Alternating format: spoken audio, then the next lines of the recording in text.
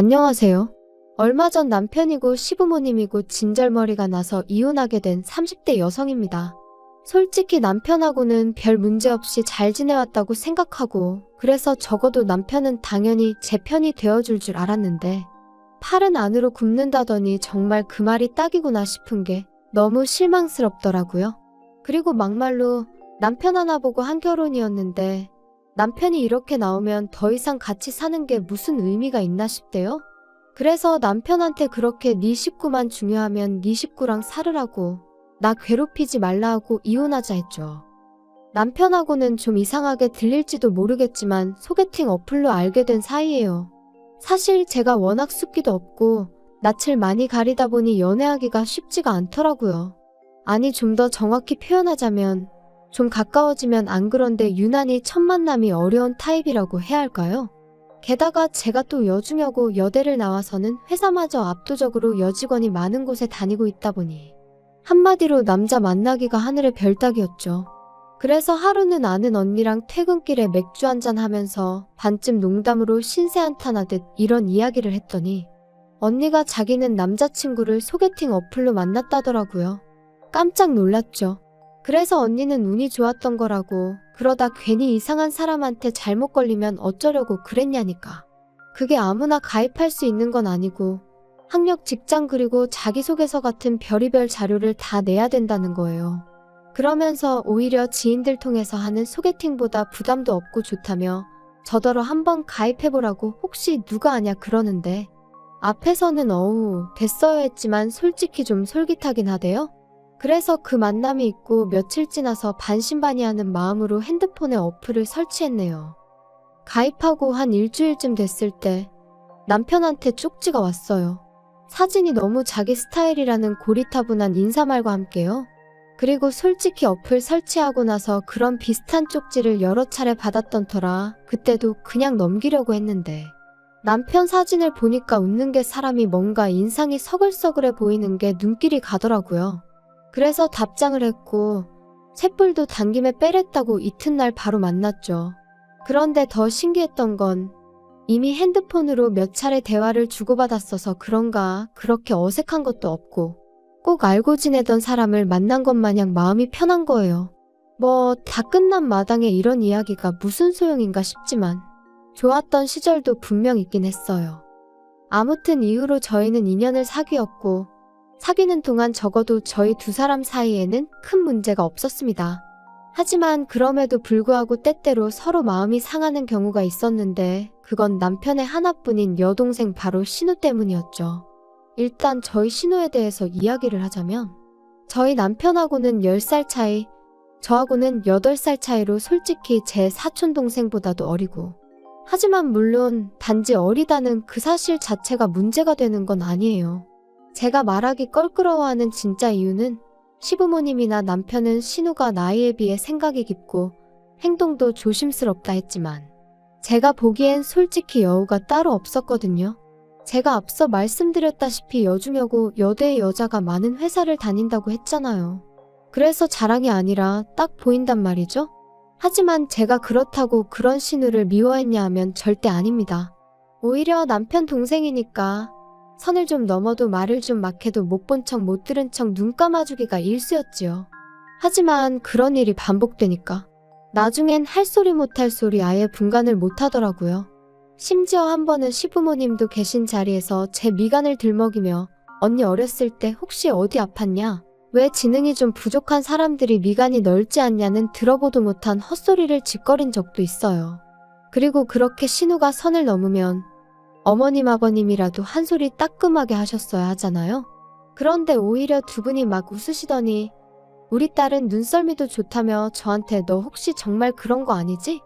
저번에 사과도 못 깎던데 설마 그래서 그런 거 아니냐 하시는데, 정말이지 결혼 전에 신우하고 확실히 선을 그어놓는 건데 하고 얼마나 후회했는지 몰라요.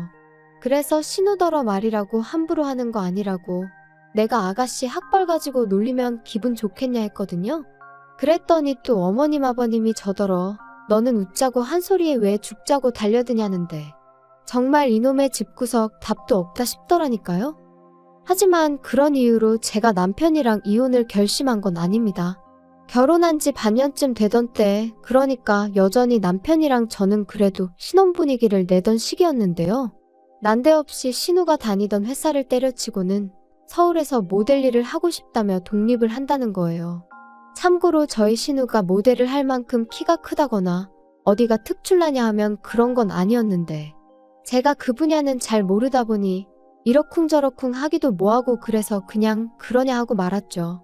그런데 어이가 없는 게 그 독립이라는 게 저희 집에서 저희랑 같이 산다는 뜻이었어요.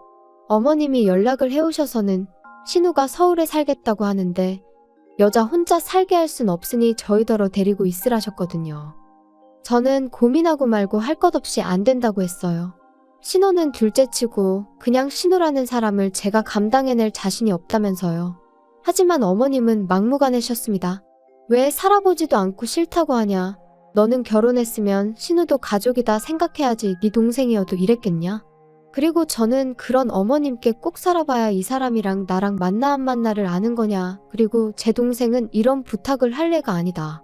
솔직히 어른한테 이래도 되나 싶을 정도로 한마디도 안 지고 받아쳤지요. 그리고 그러자 어머님이 정말 치사하게도 저희를 앉혀놓고는 죽어도 같이 못 살겠다 싶으면 결혼할 때 지원해주신 1억을 토해내라셨습니다.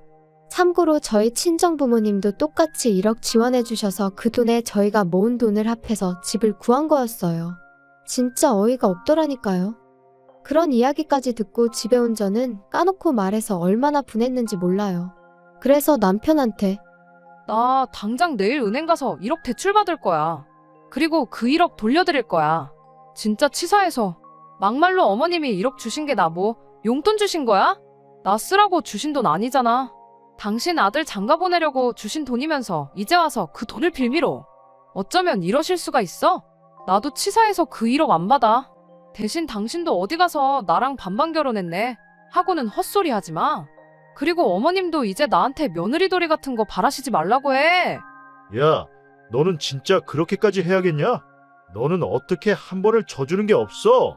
내가 이런 인간을 믿고 결혼을 했나 싶은 게 얼마나 우라가 치밀던지요. 그래서 이게 무슨 가위바위보도 아니고 져주고 말고 할 문제냐 다시 받아쳤어요. 그리고는 바로 이튿날 은행에 가면서 친정부모님께 전화를 드렸고 이러한 일이 있었다. 죄다 말씀드렸습니다.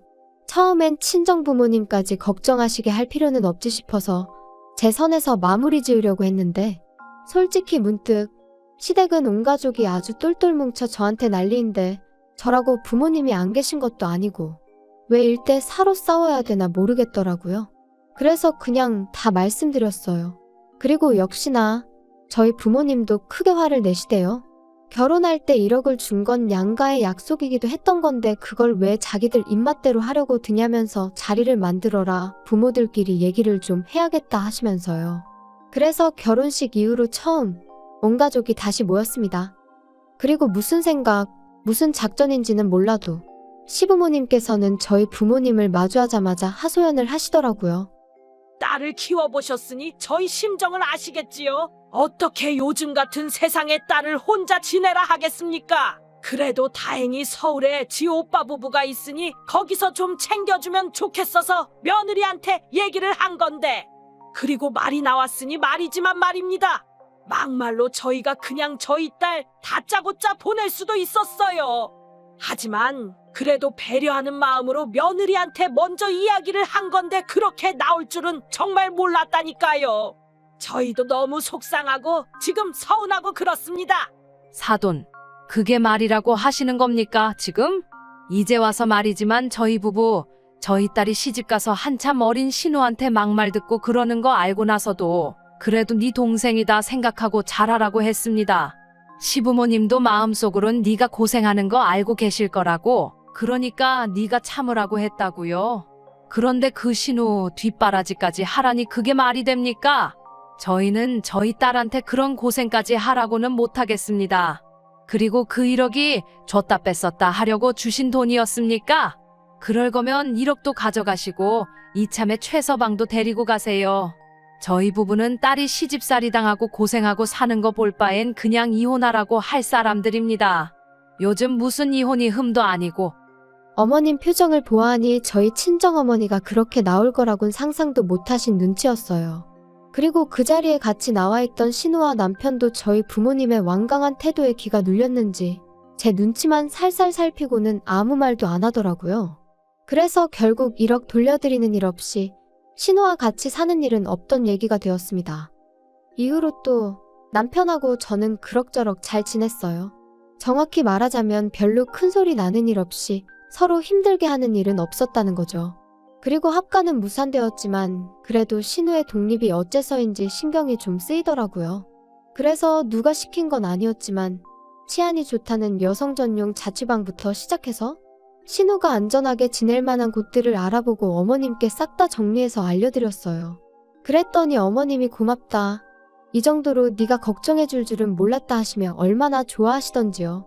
그리고 실제로 제가 말씀드린 곳 중 한 곳으로 신우 자취방을 구해주시더라고요.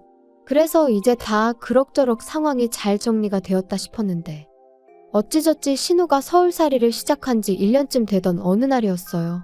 사실 신우를 데리고 살지는 않았지만 그래도 제 딴에는 또 마음이 쓰여서 한 달에 한두 번 정도는 밖에서 만나기도 하고 혹은 집으로 부르기도 해서 밥도 먹이고 얘기도 들어주고 그랬거든요.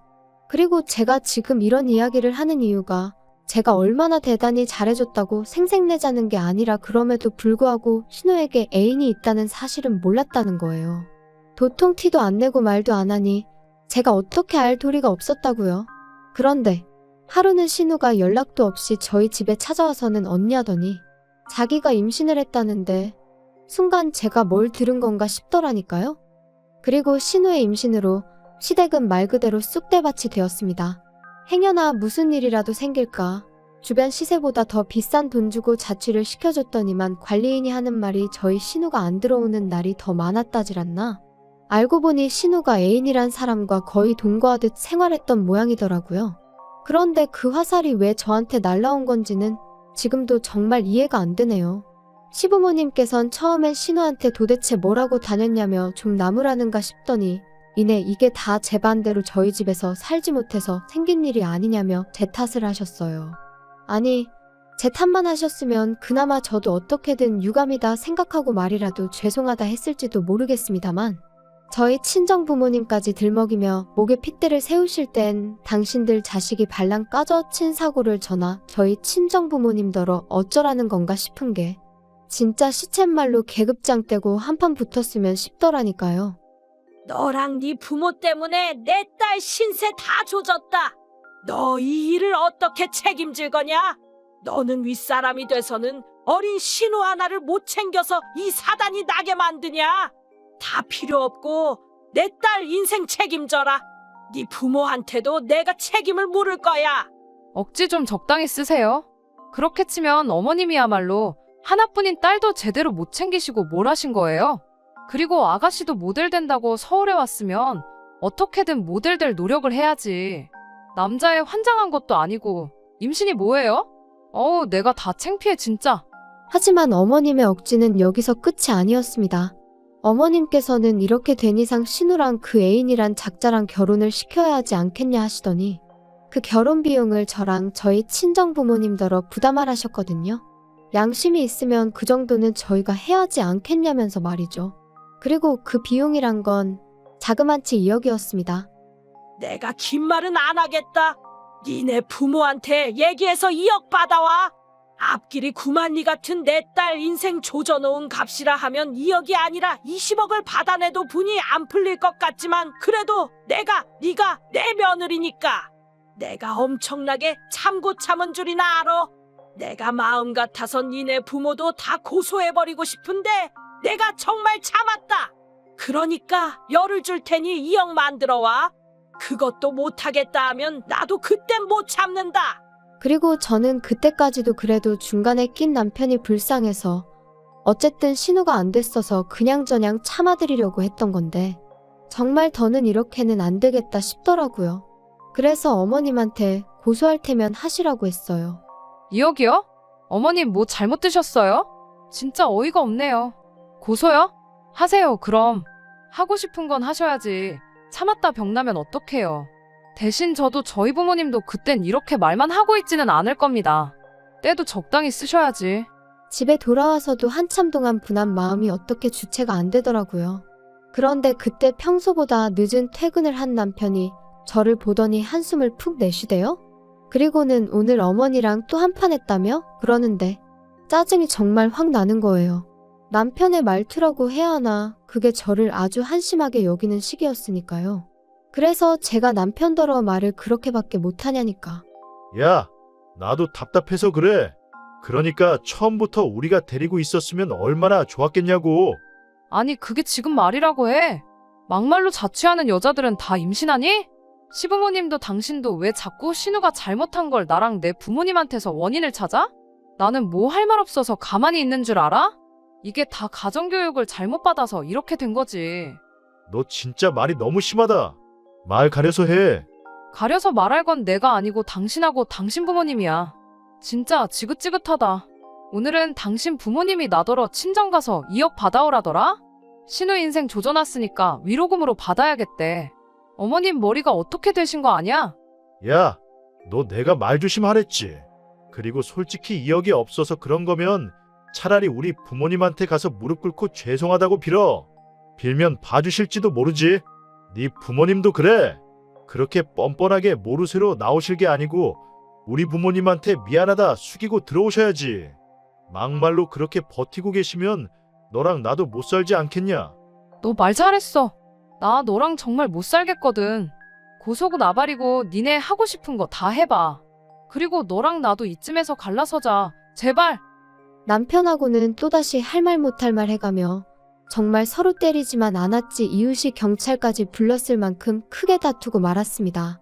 그리고는 서로 정말 지긋지긋해져서 일주일 만에 바로 이혼 서류 접수하고 한 달 동안 남편은 자기 본가에 저는 제 친정에서 지냈죠. 아쉬움이라곤 눈꽃만큼도 없었고 오히려 더는 숨소리도 견딜 수 없을 정도로 꼴보기도 싫었거든요. 그리고 제가 친정에 있는 동안 시부모님한테 몇 번이나 연락이 왔는데 댁 아들하고 이혼하기로 했으니 저한테 이러지 마시라고. 자꾸 이러시면 경찰에 스토커로 신고하겠다 하니까 나중엔 좀 잠잠해지대요. 그리고 결혼할 때나 이혼할 때나 집값은 별 차이도 없었기에 그냥 팔아서 남편이 들고 온 돈 그대로 줘버렸어요. 대신 같이 결혼 생활하는 동안 월급 관리는 제가 했는데 그걸 가지고 적금이 어쩌고저쩌고 하는 걸. 니 처먹고 사는데 다 써서 없다고 악다구니 한 번 써주니 찍소리도 안 하더라고요. 그리고 어떻게 보면 제가 모처럼 남편이란 작자를 다시 떠올리고 이렇게 사연까지 쓰게 된 계기이기도 한데 발 없는 말이 천리 간다더니 우연히 신우 소식이 제 귀에 들려왔습니다. 일단 신우는 그 애인과는 결혼을 못했는데 애인이란 사람 부모가 요새는 출산 전에도 친자 검사를 할 수 있다더라며 신우한테 그걸 하자고 했던 모양이에요. 그리고 신우는 그게 자기에 대한 모욕이었더니 해가며 못한다고 버티다가 해서 친자 관계가 맞으면 뭐 위자료를 청구하겠네 그랬다는데 이 대목에서 그놈의 집구석 위로금인지 위자료인지 남한테 돈 받아낼 궁리만 하고 사나 싶더라니까요. 아무튼 그래서 친자 검사를 했는데 아니었던 거죠. 그리고 더 웃긴 건 알고 보니 신우의 남자 관계가 워낙 화려해서 누구 한 사람을 특정해낼 수가 없었던 모양이에요. 몇몇은 스쳐가는 인연만도 못한 만남이었다 하니 말 다 한 거 아니겠어요? 정말이지 아무리 자기 멋대로 사는 시대라지만 어쩜 그렇게 무책임하게 살았나 싶더라니까요.